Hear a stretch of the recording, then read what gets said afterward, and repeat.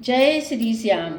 एक दिन रमेश की माँ भगवान से प्रार्थना करते हुए कहती है कि ना जाने कौन से बुरे कर्म का फल है कि आपने मुझे संतान तो दिया पर वह मानसिक रोगी हो गया।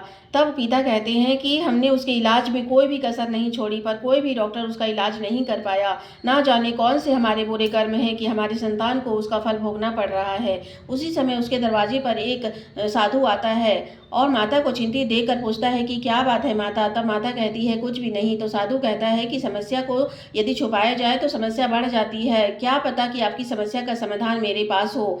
तब माता कहती है कि बचपन में मेरा पुत्र खेलते हुए गिर गया था, उसके सिर पर चोट लग गई थी, जिस कारण उसका शरीर तो बढ़ा लेकिन उसका दिमाग बच्चे जैसा ही रह गया। तब वह साधु उसे देखना चाहता है और देख कर कहता है कि आपका पुत्र अच्छा हो सकता है। तब दोनों आश्चर्यचकित होकर पूछते हैं कैसे। तब वह साधु कहता है कि रामपुर गांव में एक वैद्य है, आप उसकी पुत्री से इसका विवाह करा दे। तो दोनों आश्चर्य होकर कहते हैं कि एक मानसिक रोगी से कौन अपनी पुत्री का विवाह करेगा। तब वह साधु कहता है कि समाधान बताना मेरा काम है, रास्ता तो भगवान ही दिखाएंगे।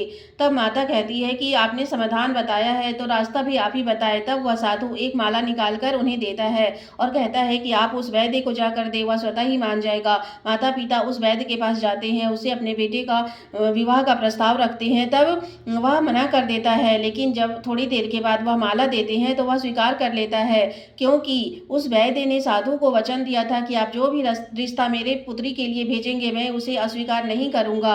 और प्रमाण के लिए उस वैद्य ने साधु को माला दिया था, वही माला ले जाकर वे माता पिता उस वैद्य को देते हैं तो वह स्वतः ही स्वीकार कर लेता है।